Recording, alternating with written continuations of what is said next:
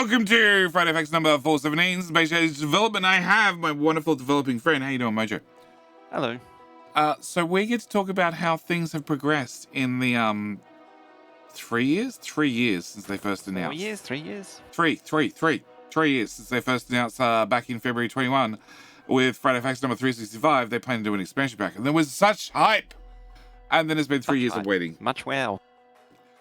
Yes, yeah, and space bugs and floating bugs, and we're going to get to bugs in this Friday Facts. There are bugs. And bugs.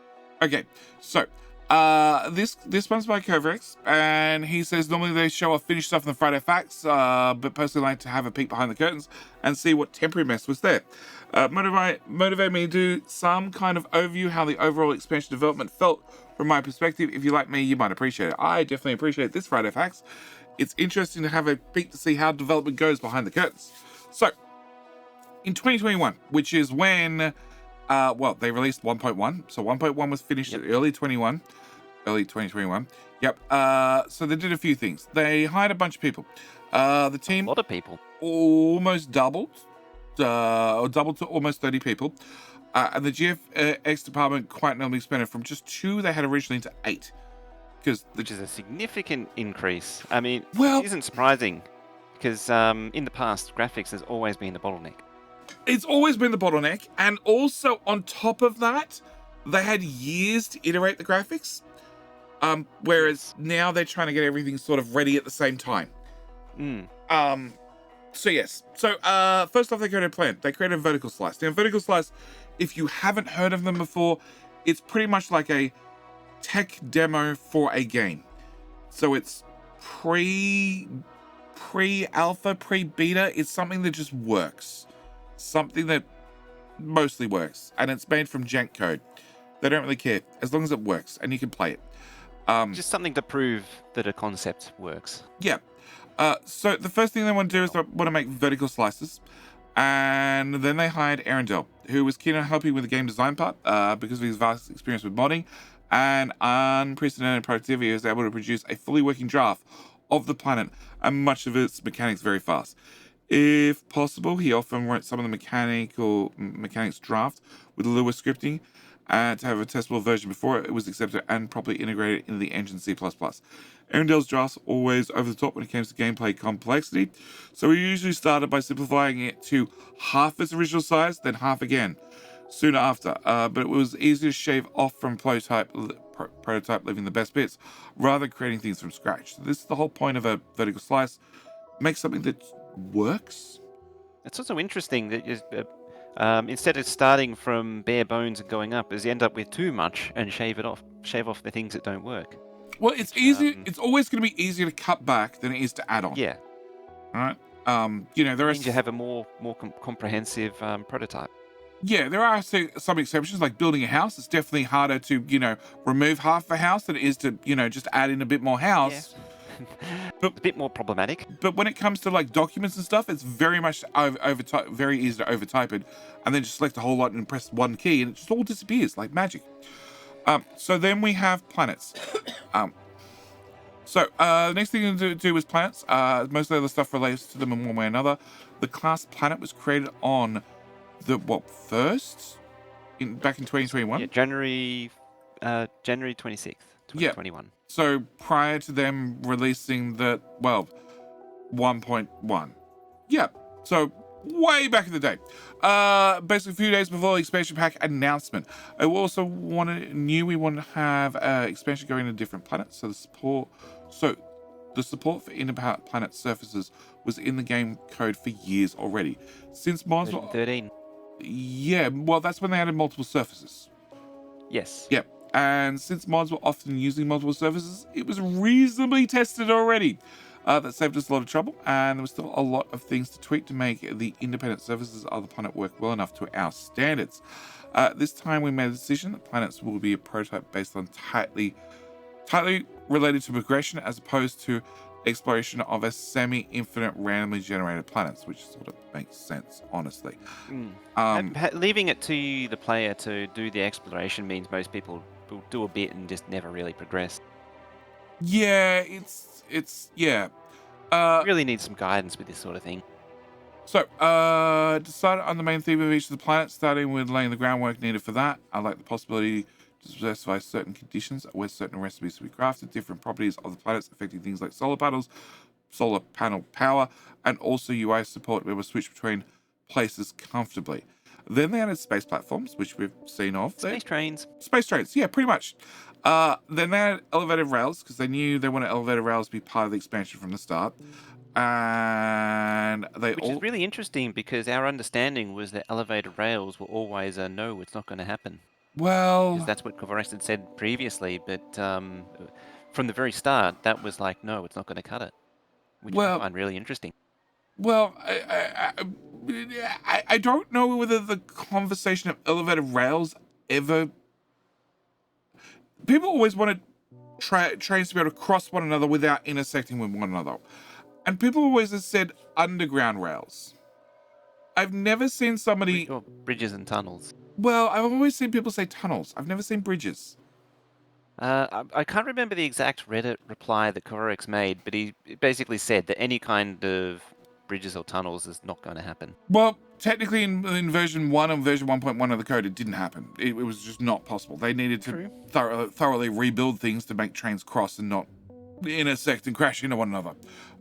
We've had a number of modders have their opportunity to try it out. They could sort of get it to work in some mostly select situations. But they also added spoilables all the way back in 2021. This is a long time ago. Beginning. Yep. One of the original concepts, which I find fascinating. I find, fascinating, confusing. Because I still don't know how I feel about spoilables. Which means that we'll see further on, but it means that most of the core ideas of the planet were already fleshed out from the very beginning. Yes. So they really fleshed out the ideas in 2021. And then in 2022, again, we have Friday Facts number 367. So we've had, in Feb 21, we announced that they announced they were going to do a expansion. We're also a year later, so then Feb 22, we came back to the Friday Facts, a year later with just 2 extra Friday Facts. And they said, hey, we will do the expansion. Here's some news.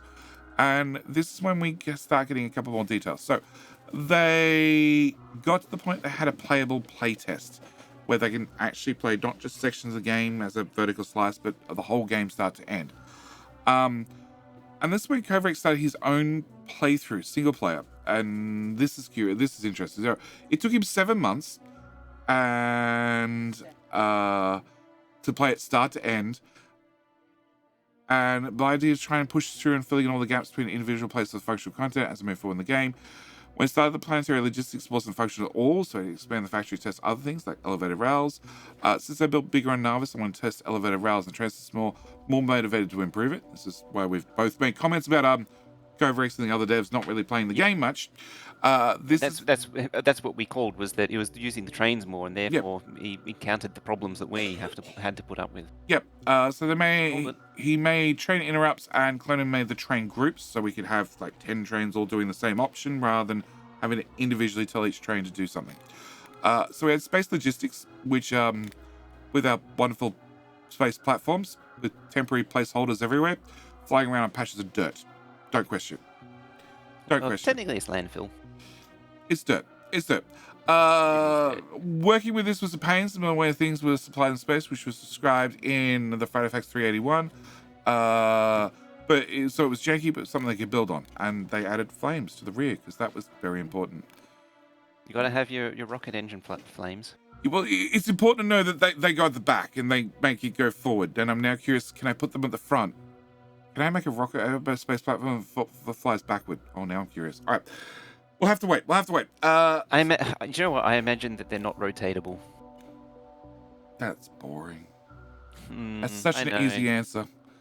It's such an easy answer, and it's yeah. Yeah. I could guarantee that they're not rotatable. Yeah. Okay. So Vulcanus was the first planet test and didn't have a very specific technical requirements compared to other planets. Gleba with its agriculture and Fagola with its lightning wasn't ready yet. Gleba was the second one, regarding the landing players as to the problems with original design. where every single landing pad was individually accepting some cargo from space. It had 3 main problems. It was very annoying to manage each of the requests individually. Since landing pads were not logistics providers yet, they tend to have the repeated pattern of landing pad capacity provider just everywhere. So that's these little blue buildings here. And since you can build landing pads absolutely anywhere, it felt a little bit too cheesy to be able to drop items from space anywhere needed. One of the reasons we now have just one expandable landing pad per planet. I don't mind the cheese. I think if you have a space platform that's in space, I think you should be able to drop build anywhere on the planet. Just bombard from space. Yeah, I don't find that cheesy at all. A lot of people are complaining about, there's technically a limit on it, but it says expandable. So I imagine, even though there is technically a limit, it's not that much of a limit. Look, the fact that you're going to have all your... You are going to have one landing pad per planet definitely gives us some info. We didn't really have that info previously. And we did have the hub thing. Well, I suppose the outpost hub thing was always technically there. It just... The outpost hub thing in space? Oh yeah, they had the space platform hub, but there was the outpost thing as well for each planet. We don't know we don't know how things land on the planet still. Yeah, we don't know the exact mechanics, but there is an outpost building placed on every planet. I don't remember seeing this. Yeah, I can't remember which FFF it's in. Okay. It is mentioned. Okay. So I find it interesting. Multi-planet was the second one they developed, which makes sense because multi-planet centers on the item rotting mechanic. What do you mean item rotting mechanic? The spoilables. Oh, okay, yeah, yeah. Well, multiplanet was always going to be a thing. They always said, the whole point of Factorio was to go to space and then continue the adventure in space. Funny thing is, we're going to space and coming back to a planet. Yep. Yes. What goes up must come down. And then back up again. And then make more science. Yeah, the factory must grow. All right, Fagola was the third planet to visit with his original base game-like design. Place where I started to be skeptical, bit more later. So, bare bones Fagola, temporarily elevated rails graphics, and vanilla like ore mining, which they said they removed. The Fagola got thoroughly changed. Yep. I think the rail graphics we did see in that FFF. I don't think so. No. If I was motivated to, I would have checked, but I didn't bother. No, I think we saw elevated rails when they became pretty. We never saw these temporary ones. We at least saw some iterations of. I don't remember seeing them. All right. So, long story short, 7 months with 370 hours clocked in the save was finally able to get to the end screen. A lot of people might say 370 hours. That's and 7 months. 7 months. I thought 7 months. I'm like, wow, that took a long time. But that's 11 hours per week. That's a decent amount of playtime to get to 370 hours. Sure, it did take 7 months. Depends on what the standard Kovarex week looks like and whether or not it was actually taking notes along the way. Yeah. Fix things, because remember, this thing is very much a barely functional prototype. Yeah, it's another iteration, but it's still a barely functional game. Yeah, look, don't get me wrong. It's going to have some jank in it. There's going to be some problems. There's going to be a situation where it just becomes unplayable, and you need to stop and fix something so it just functions. But it still is a very, very long time. So shortly after that, they had an office LAN party where we tried to do a multiplayer playthrough. We got to more feedback, also test the multiplayer. We played from Monday to Friday and barely got to the last planet, quite exhausted on the last day, never really being able to finish the whole thing. So that's when we came to the first iteration and conclusion. So first the expansion was good and bad at the same time. Good, because now we had a base. We'd only get better from here. The graphics, sound, and music would be updated. The UX of the new systems would be improved. The game would be more balanced overall. The bad, because some serious doubts about the expansion concept, explained mostly in the Friday Facts 399, which was all about the Fagola? The trash planet. Yes. Falgola. Whatever. Fungola? Falgora. Whatever. This is the trash planet. Fargola? Whatever. They're pulling off all the ores and we turn it into trash, so you have to recycle it. A huge number of problems, whilst the vast majority had a clear solution, some of them were different. It took too long. 378 hours is way too much, even considering the teething problems. It was too repetitive. This was before the Fagola and other changes. Some of the mechanics were too clunky and annoying to use when scaled up, space platforms, logistics, trains, etc. The sheer scale of all things needed to be done was just a bit too big, and it felt a bit too grindy. The conclusion was a very specific set of guidelines for the rest of the development. Game progression needs to be faster, must be lowering the cost of stuff. So this comes back to rockets. Now I need, what do they pull off? They pulled off low density structures, right? Yeah, they removed the low densities. And now it's just blue circuits. No, the rocket control units, I mean. They're blue circuits now. Okay, yeah. So recipe changes throughout the game. Reducing unnecessary recipe steps and increasing the quality of life capabilities. And then planet-specific gameplay needs to be more distinct. This is when the Fulgora change was done. Volcanics was altered to get basic resources from lava to avoid copper, iron, and stone mining sites. Gleba planets is the plants that were harvested, changed from 12 to 2. That's a big change. Also, yeah, I mean they did mention that in the FFF relating to that. They mentioned that I don't see it as a bad thing. Well, they mentioned there were only 2 plants to harvest. Yeah, or they said that there were more before that. Yeah, and I didn't really think about it till right now when I've read the 12 to 2. I think 12 is way too much. I 100% agree on that. That's mod territory 100%. But 2, it means that technically everything you're going to get from that planet is going to come from resources shipped in, / maybe there's some mining on the planet, plus one ingredient or one plant or a different plant. Or some post-processing of those plants. So we do know that you can make plastic with at least one of the berries that you can mine. Yep. And their intention is to be somewhat of an alternate recipe for some items. Yep. Plastic being mentioned, but I actually wonder if the original 12 meant that you could make everything, your iron, copper, bricks, everything from the 12 different fruits and vegetables. Probably. I don't know. I'm thinking maybe more constrained. Maybe 2 is swinging it too far in one direction. That's all I'm trying to say. Maybe 3 would be better, so you have like more possible ingredients to sort of explain more end game or more possible outcomes. I don't know, because we just don't really know what you do with the 2 currently. True. It's hard to judge. 100% true. Too much or too little. 100% true. We don't have enough variables to actually be able to answer half these questions. But yeah. Also allow the usage of planet-specific producers to be exported to other planets, which greatly increase the motivation to expand. Also made the progression faster, more rewarding as these machines are strong. So that's like talking about taking the Foundry back to Narvis or to any other planet, and also taking what's the other one? The electric spinning machine. The electromagnetic lab. The blue thing. The electromagnetic spinning thing that makes circuits real good. That one. Yeah, fast and proper. Yeah, take them to other planets.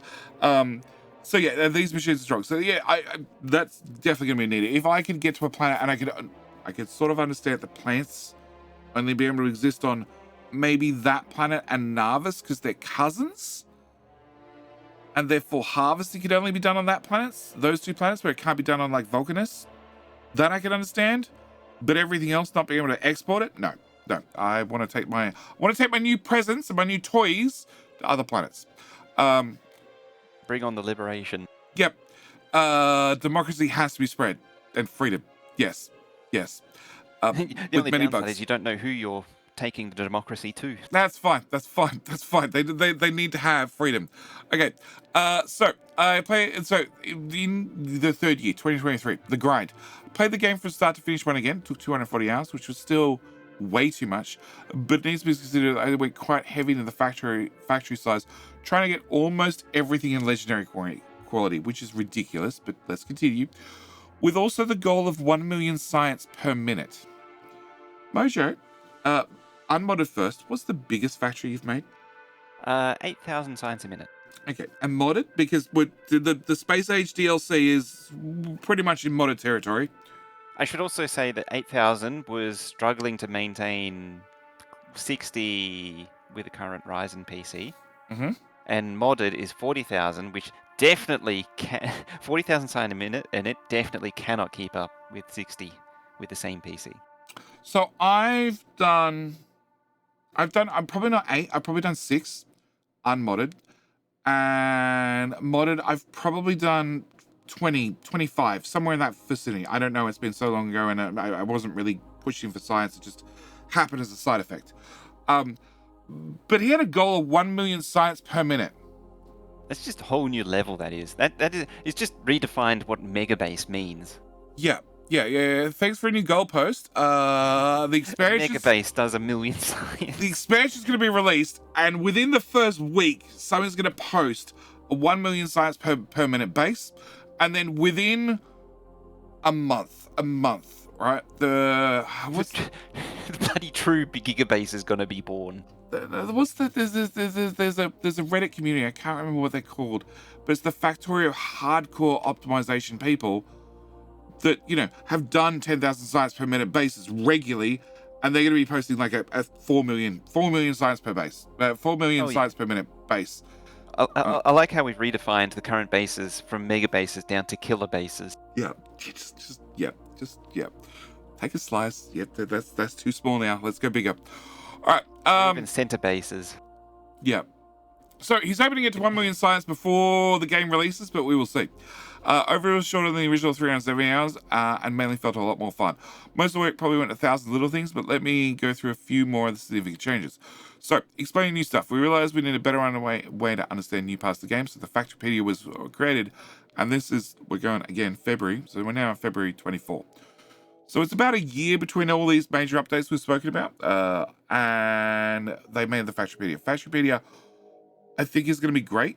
One of the things that I've noticed after using the recipe book, it's called in Capital Industry, is any recipe I can look up, I can also right-click on the building that I use to make said recipe, and I can get a copy of that building in my hand.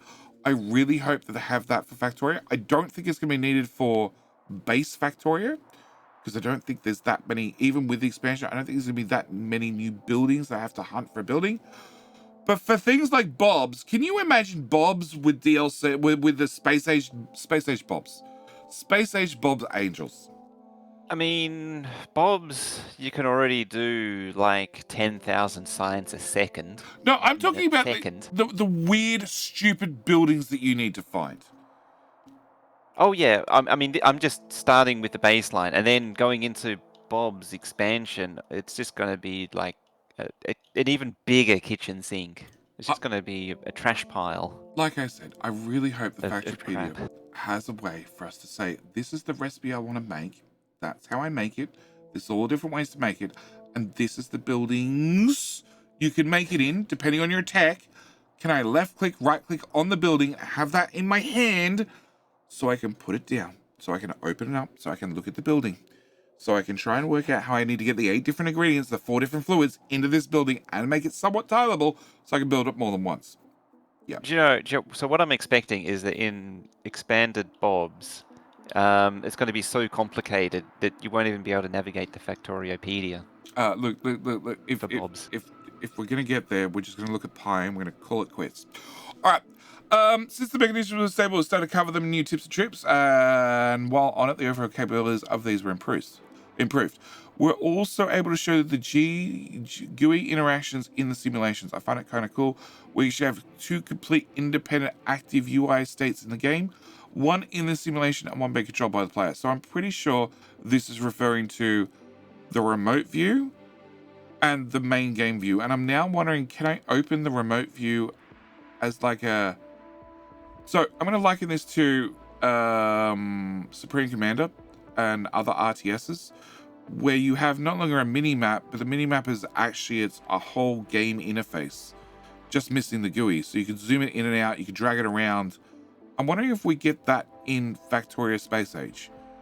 So I can... this is just referring to the... I hate to say it, but it's kind of weirdly worded, but it is just the remote view. But I'm wondering, can I... at the same time. But I'm wondering, can I resize that?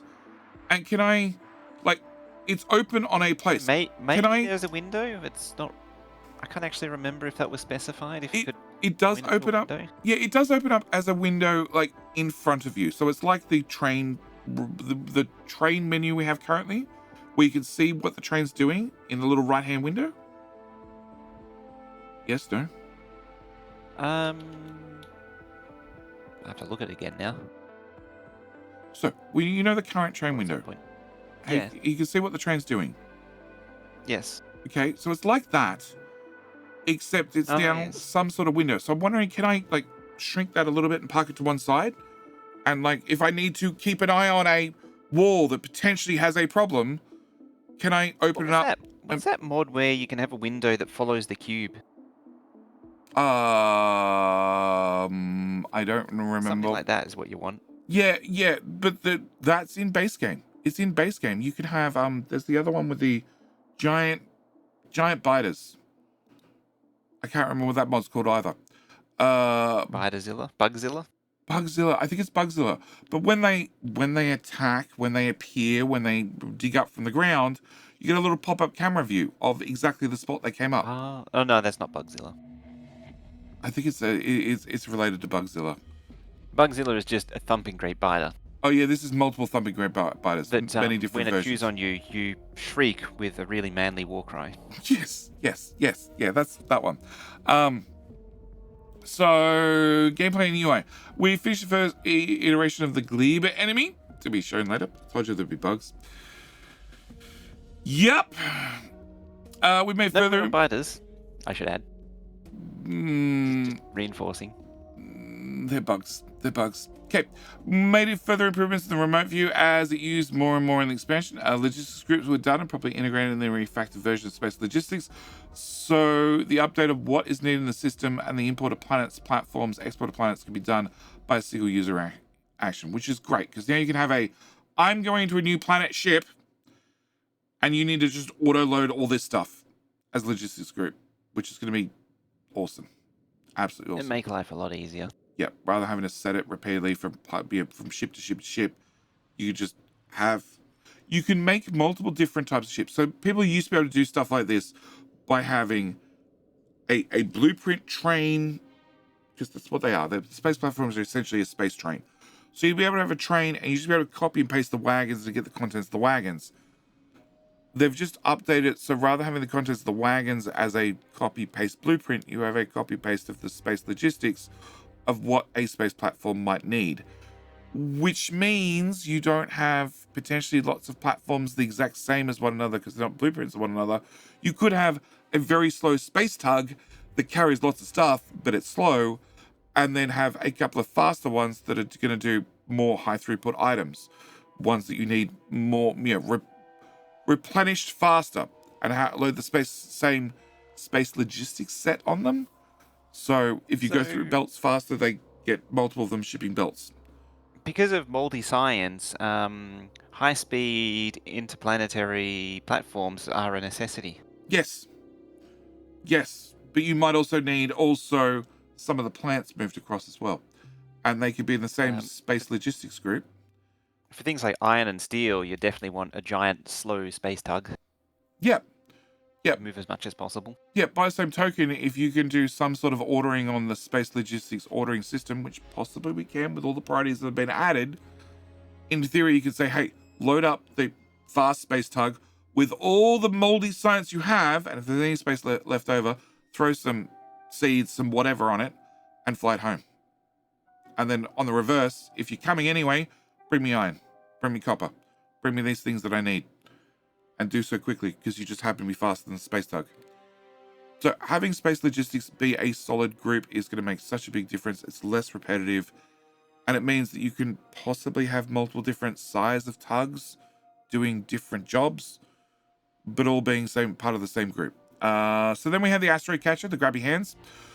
Mainly so that was a very big deal because they were curious about how its logic being People were worried about it being on the performance. Yeah. Process intensive.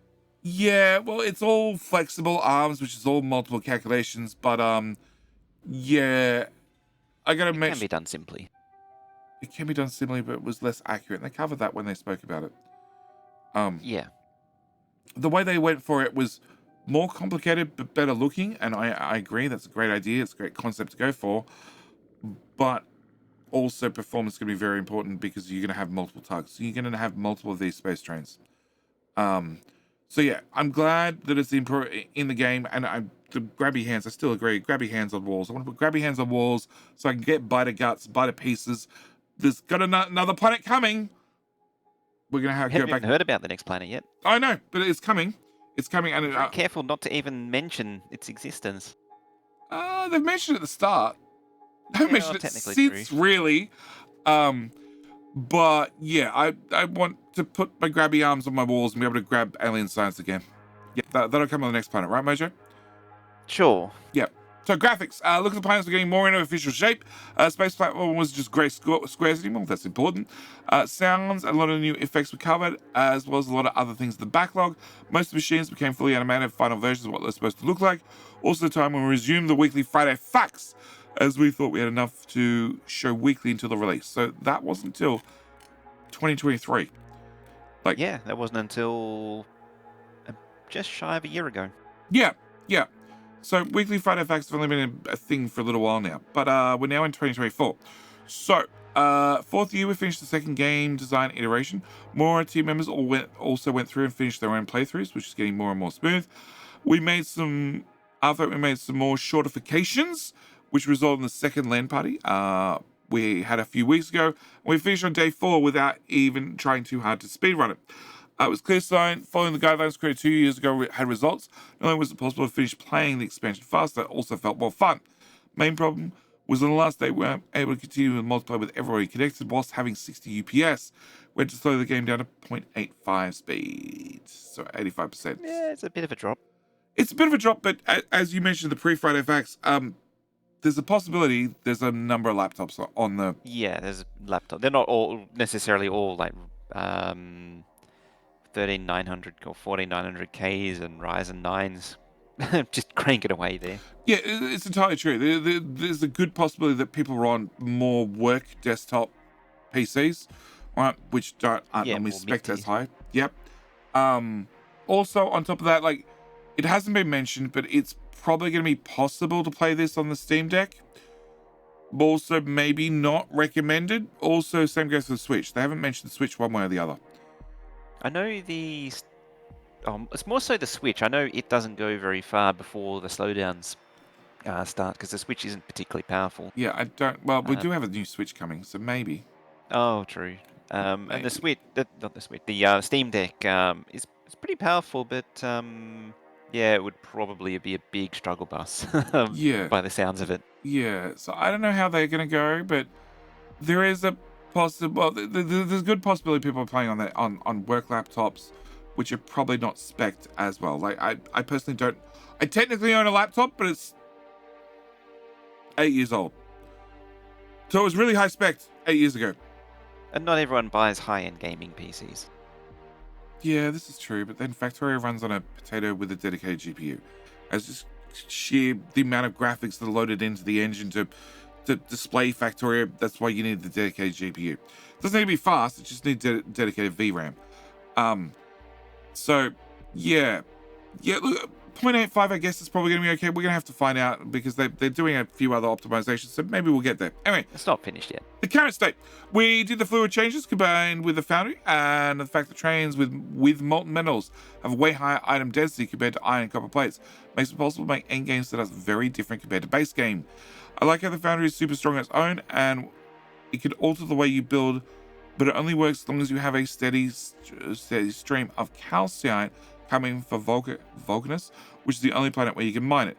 The example where investigating problems like why no iron can lead you all the way to a different planet, and I love it. So I hadn't thought about it, but yeah, molten iron on a train is going to be massive. I sort of wondered if that was possible, but I dismissed it as, oh, surely they won't allow it.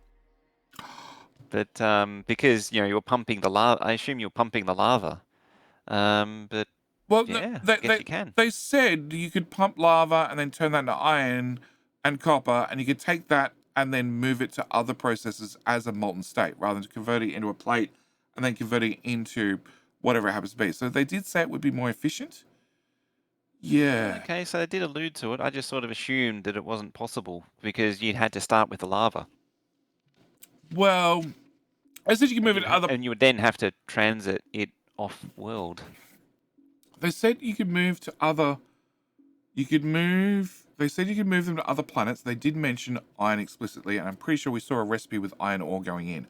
But I hadn't considered this. So this is big miners straight to a big foundry with the calcinite going in with direct out molten iron. That's it does put a whole new meaning on it mining directly into trains. Oh yeah. Very new meaning on it. Liquid Also, mining. train wagons are 6.5 tiles. I wonder how many of these you can get across a patch and have them like pipe and pump directly into their own carriage situation. If you had legendary miners, that would be possible. It's more about the tiling space. Because like the buildings are 5 tiles wide and a train is 6.5, or a wagon 6.5.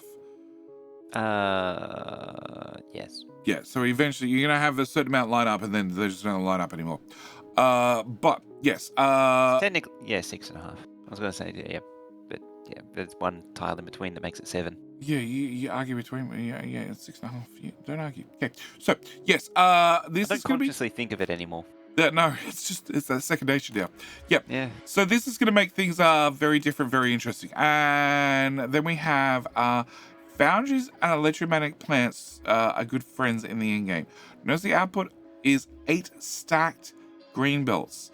So it's equivalent to 85.3 fully compressed blue belts in production. This will keep Mojo happy for about 5 minutes. Oh yeah, I mean, that's most of the green circuit belt that I had in one of the maps. Yeah. Several. Yeah. That's ridiculous. And you know that it is like molten copper coming in. 2 belts wide, the one I was thinking of. 62? Not 64? So go through a balance. No, it wasn't 60. It wasn't 64. It was like 62. Okay, couldn't quite get it big enough to go through a balance of dice. Yeah. Okay, you don't want to. It's a 64-way balancer going through it. Oh, okay. okay. Just a couple of lanes cut off, so it compressed at the end. Okay, cool. Yeah, I understand. But yeah, molten copper coming in, molten iron coming in, and then straight into green circuits. I like this. I really, really like this. This is going to be very nice. Yes, very nice. All right, and then we have this. This needs to just okay. That's an intersection. That sure is an intersection. I mean, it's a pretty basic intersection, but it's an intersection. Okay. Whoever's jaw just dropped when Mojo said basic intersection, yes, I agree with you. I completely missed something very important in this picture as well. This in the bottom right? Yes. Yeah, I just saw that too. 12 science pack. 12? Yep, 12 science packs. 3, 6, yeah, that's 12. And for anyone wondering, the output is spoil. I already studied that part. Okay. And it also seems like the moldy science goes in a loop continuously around. Probably, because it's got a time of life on it. And if it's in a machine... It seems to come out the top and then loop back round to the bottom again. If it's in a machine, it probably doesn't spoil. Even though there seems to be a spoil output. Maybe. Okay. Okay. It's just a 4-lane buffered intersection. It is with raised rail. Yeah. It's. I think my biggest. Pretty. Don't get me wrong. It is a pretty intersection, but yeah, it's not a particularly complicated intersection. No, it's not particularly complicated. I think I'm waiting for Mojo. I'm going to take my time. I'm going to wait for Mojo to update blueprints because I think you can do this a little bit neater. And I also want to see how Mojo is going to tile things because that's going to be interesting. We'll see. Yeah. Because I want tileable blueprints. Anyway, yes, elevator rail is going to make things interesting. All right. The low size of coal and stone combined with the ability to melt it makes their processing a special way. So this is several a little bit of coal. Belts of coal in to make grenades. Yeah. Priorities. I mean, you need grenades to remove trees. So a lot of grenades, a lot of tree removal. Excuse me. It's to make sure that we can take care of the natives. That too. The fact Native that trees. maybe I can hit a tree or two along the way is fine, but it's mainly the natives. Yep. It also reminds me of my 112 wide coal belt from one of the other playthroughs. Yep. Okay. And since you can't push simple grid like blueprints, the early stage of volcanists, combined with difficult terrain makes unique outposts. That is special. That is actually what I expected, because of all the cliffs and everything, and the inability to remove them.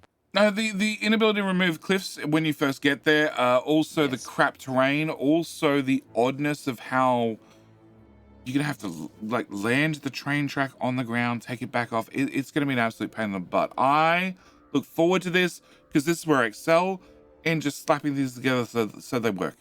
That's all I want. Dirty jank. It's not dirty. It's not dirty. Okay, it's functional and quick. JD backwards is dirty jank. Okay. All right, and then we have the last picture. Last picture gives you a glimpse of the possible scale of the end game at the very end. These bulk inserters, these are all launching. This is stupid. This is stupid. They're all launching inserters. It's amazing.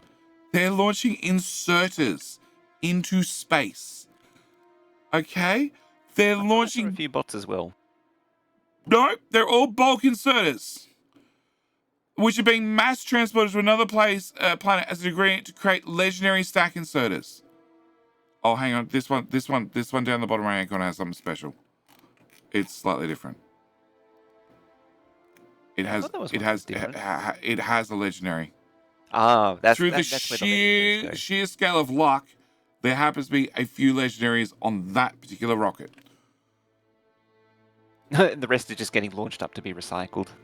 Yeah, pretty much. That's ridiculous. It's amazing. That's okay. All right. So the third iteration is happening right now. The main focus of the vast amount of feedback we got last LAN party. It's going to be focused on two main categories: bugs. See, I tell you with the bugs. There are bugs. There are bugs in this update. Or this Friday Facts. They're not the bugs I wanted, but there are bugs. Quality of life features in balancing and optimization. The factory gets just bigger in Space Age, so you make some programming magic to make it smoother. Since things are getting stable, I'm pretty happy with the state of the game now. We're ready to give a specific date of Space Age release, which we will tell you next week. So if you watch this far in the video, you need to jump on my Discord right now. There's a link down in the description. In there's a Factorio channel. In the Factorio channel, you need to make your bet, your guess as to what the release date is for the expansion, because if you guess the right date, if you get the closest to the date, whoever is closest to the date, I have to buy you a copy of the expansion. What happens if everyone gets it right? Then I don't know. The mods volunteered to me to do this, so I guess I have to buy the first copy, then I have to buy the rest. Yeah, let's go with that. No, only one person can guess the correct time, date, minute, seconds. Yeah. All right. When it says it's going to be released according to Prague time, I think that's how the rules are. I don't know. There's rules there and stuff. All right. Whoever's closest to the official release time and date. So it's your chance to get a free copy. Free copy of Space Age before it's even released, which we know is going to be, I think, $30. They said, maybe. I think they covered it at some stage. Yeah, somewhere early on. Yeah, I think it's about 30 US is what they're aiming for. Maybe it's 35, but the price went up slightly for inflation and the fact that Factorio is now 40, I want to say. Sounds like 40 or 45. Yeah, something like that. But, Mojo, after going through this whole Friday Facts, yes, I'm not surprised. We're talking, 3 years. 3 years to go from we've decided we're going to do it to actually getting close to a release date, because we don't have a release date yet, but the fact that we're going to get a release date means I'm willing to bet it's going to be this year. Yes, that feels pretty accurate. Yep. So willing to bet we're going to get a release date sometime this year. There's about 6 months left to choose from, so they have some options. They also probably want to do their best job to avoid other major releases. So, that's going to narrow down a couple of months off it, and they're probably not ready tomorrow. So I'm willing to bet the last quarter of the year. Yeah, October, December is my feeling. Yes, October, December is probably my feeling as well. I'm actually shooting for November. November. I'm going November. November release. Let's see. So they need to do bug fixes. We haven't seen the final planet. We don't know anything about the enemies. We don't know what the 12 science packs are. We don't know 7 out of 12. Yep, we don't know. 8 out of 12. No, hang on. There's 7 in the base game. Yeah. Then there's 1 for each planet. So Anus has the orange juice. Moldy has the moldy science. Electric has electric boogaloo jugs. And then there's 3 more unaccounted for. There's 7 plus. Well, going back to the first Friday Facts where we saw expansion news, is that where 2 more unaccounted for? No, not expansion news. Factoriopedia. Some Friday Facts somewhere there-ish. Steam Deck Ghost Bugs. No, I'm finding it manually would be no. That doesn't help. Find it manually would be a pain in the ass. The original graphic has fewer science packs as well. I think that one only has 10. It had 1 per planet. Yeah, we know there's the final one. Yeah, so we know there's 5 plus the original 3. So there's 2 unaccounted for. Yeah. Space Age. There we go. So we have 1, 2, 3, 4, 5, 6, 7, 8, 9 are all listed under here. So I'm assuming we need to combine 9 together to get a 10th. Plus there's military. So that's 11. So there's an extra one we don't know about. Yeah, that's the impression I'm getting. This one we get that one, that one gonna get that one, that one gonna get that one, and then this you combine them all together to get another one. So my thinking is we've got at least 3 months to go, which being right at the end of June means beginning of October. So yeah, beginning of October to beginning of December seems about right. Yep, that's where I placed them as well. I don't think I can nail it down any tighter than that. My money's on November. That would be just my best guess. I don't think. Yeah, I could see it being November.